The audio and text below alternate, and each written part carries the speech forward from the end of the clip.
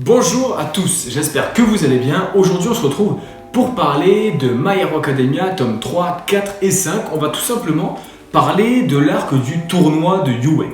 Dans le tome 1 et le tome 2, on suivait donc les débuts de Deku dans cet univers. Et oui, encore une fois, je te le dis, mais si t'as pas lu My Hero Academia, je vais spoil la fin du tome 2 pour pouvoir te parler de la suite, ça me semble assez logique. Donc je disais, dans le tome 2, on suivait les débuts de Deku dans l'école de Yue et son évolution d'apprentissage avec le One for All. Et à la fin du tome 2, alors que nos jeunes héros étaient en plein entraînement, les super vilains de l'œuvre sont apparus avec à leur tête Tomura Shigaraki. On a donc pu suivre pour marquer la fin de cet arc introductif au manga le combat entre All Might qui est entré en scène pour aider des adolescents dépassés par les événements et surtout dépassés par Brainless, beaucoup trop fort pour eux. Le combat s'est donc résolu logiquement sur la première défaite des vilains et s'est enchaîné directement avec le premier tournoi de l'école. Yue organise tous les ans un tournoi interclasse dans lequel les élèves vont pouvoir se mettre en avant devant le Japon tout entier pour préparer leur futur en tant que super-héros professionnels. On connaît les tournois, il y en a dans énormément de shonen, mais celui-ci se passe en 3 étapes bien distinctes. La première épreuve est une course d'obstacles à la Ninja Warrior en fait, dans laquelle les héros obtiendront des points. La seconde, c'est une étape en équipe dans laquelle les héros vont devoir piquer des bandeaux de leur adversaire qui représentent le nombre de points qu'ont récupéré les héros durant la première étape. Et du coup, ceux ayant assez de points se qualifient pour la troisième épreuve, le classique combat d'arène en 1v1. Dans cette étape, on va suivre bien sûr des combats, mais on va surtout s'intéresser un peu plus aux personnages et notamment à Shoto Todoroki et à son passé. Et bien sûr, je vous laisse découvrir la suite de cet arc par vous-même. Donc voilà, dans la première vidéo de mes lectures manga, je vous avais parlé du tome 1 et du tome 2 qui se termine en fait sur l'arrivée de la confrérie des super vilains à l'école de Yue. C'était à mes yeux à ce moment-là que le manga se lançait réellement dans son histoire. C'est-à-dire qu'on avait, comme je vous l'avais dit, un tome 1 très classique, très introductif et même trop introductif qui, si une personne reste sur la lecture du tome 1, peut être déçue, ce qui était mon cas, mais je n'étais pas resté sur cette lecture bien évidemment parce que j'ai lu même bien plus que jusqu'au tome 5, on en parlera dans de prochaines vidéos. Et au final, le manga s'est réellement lancé à partir de ce tome 2. Donc dans ce tome 2, on a eu le combat entre Yue et les super vilains qui sont, pour info, super stylés, super badass, il y a énormément de choses à faire avec eux, énormément de choses qui ont été faites avec eux, qui sont très bien faites par l'auteur je trouve. Et par contre, dans ce combat, c'est vrai que on pouvait ne pas ressentir forcément trop de pression. Ce que je veux dire, c'est qu'en fait, on sent que les mecs sont super forts, mais on sent qu'ils sont là pour se présenter, et on sent que pour le lecteur, et c'est normal, hein, en même temps, on va pas faire mourir tous les personnages au tome 2, hein, ce serait complètement con, mais on sent qu'en fait, ça va être un combat un peu, pas sans enjeu, important, parce qu'il se passe des choses quand même, mais un combat qui va quand même relativement passer crème pour nos super-héros. Ce qui d'ailleurs est le cas, et ce que j'ai trouvé intéressant, je me suis dit que c'était intéressant après lecture, parce que sur le coup, en fait, à la fin de ce combat, ce qui se passe donc, c'est que l'école de Yue n'est plus trop crédible du coup, parce que les médias vont se dire ok, l'école des super-héros n'arrive même plus à contrer les super-vilains, qu'est-ce qu'on va devenir? Du coup, ce qui se passe, c'est qu'ils se disent bon ok, on va montrer qu'on a quand même des coronesses, et puis en fait, on va faire comme si en gros tout allait bien, et on va organiser le tournoi de Yue. Je me suis dit, quand j'ai lu ça, encore un tournoi, on connaît, c'est bon, tous les shonen Neketsu ont leur tournoi, on connaît la recette depuis des lustres, il y a eu des tournois qui étaient merveilleux, hein. On peut parler des tournois de Dragon Ball, même des examens de Naruto, etc. Enfin, il y a des tournois absolument partout, il y en a eu des biens, il y en a eu des moins bien, mais je me suis dit encore, c'est pas super original.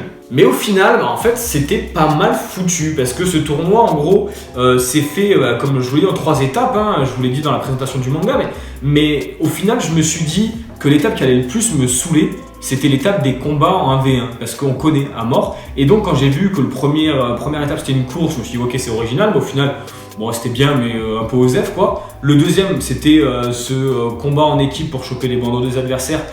Pareil, au début, je me suis dit, ouais, c'est original, mais au final, à la fin, c'est un peu osef aussi. Et la partie qui m'a le plus plu, c'est les tournois en 1v1 que j'ai trouvé juste génial. Et c'est assez marrant parce que c'est le tournoi archi classique qu'on connaît, on a une arène carrée où on n'a pas le droit de tuer l'adversaire, il faut que l'adversaire abandonne ou le faire sortir de l'arène.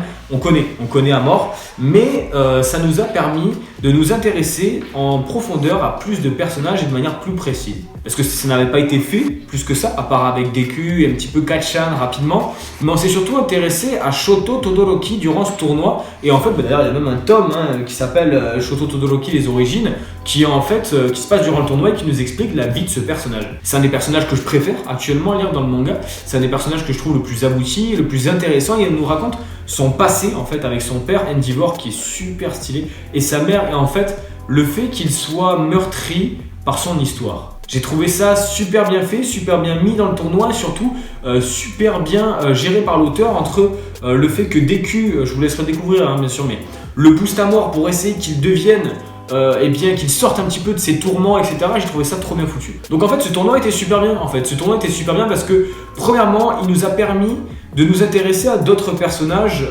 plus en détail. C'est-à-dire que durant le combat contre les super vilains, on a surtout vu All Might, on a vu un petit peu tous les personnages, mais de manière rapide. Et trop rapide. Et j'ai envie, moi, de savoir ce que peuvent faire les personnages, de quoi ils sont capables. Et au final, alors que quand le tournoi a commencé, je me suis dit, putain, encore un tournoi, c'est bon, on commence à saturer des tournois, enfin pas saturé, mais on connaît, c'est bon. Mais au final, quand le tournoi a commencé, j'étais super hype et j'ai trouvé ça super bien fait. Parce qu'on s'intéresse, donc comme je vous l'ai dit, à Shoto Todoroki, on va s'intéresser beaucoup plus à Kacchan, on va découvrir du coup Endeavor, qui est un personnage super intéressant. On va pouvoir voir un petit peu ce qu'a dans le ventre Fumikage et je vous le dis direct, il est super stylé ce personnage. Enfin bref, il y a plein de personnages auxquels on va pouvoir apprendre un peu plus, sur lesquels on va pouvoir apprendre un peu plus de leur passé, de leur histoire, et c'est super bien fait. Donc en fait, on se rend compte que le tournoi était un prétexte pour l'auteur pour nous parler de ces personnages, et c'est en ça qu'il trouve son originalité à mes yeux.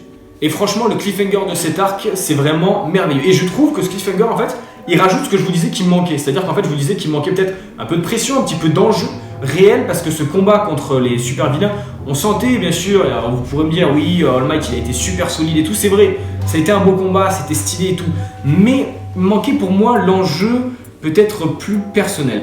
Et en fait, cette fin d'arc, ce cliffhanger, rajoute justement une pression par rapport au personnage qui est très intéressante et qui rajoute l'enjeu qu'il manquait. Donc il finit cet arc qui était relativement super sympa de la meilleure des manières. En gros, l'auteur nous dit bon, je vous ai présenté les méchants, je vous ai présenté les gentils, maintenant on y va. Enfin voilà, cet arc de My Hero Academia était vraiment très bon, il était très bon. On a un premier arc introductif qui nous présente totalement l'univers.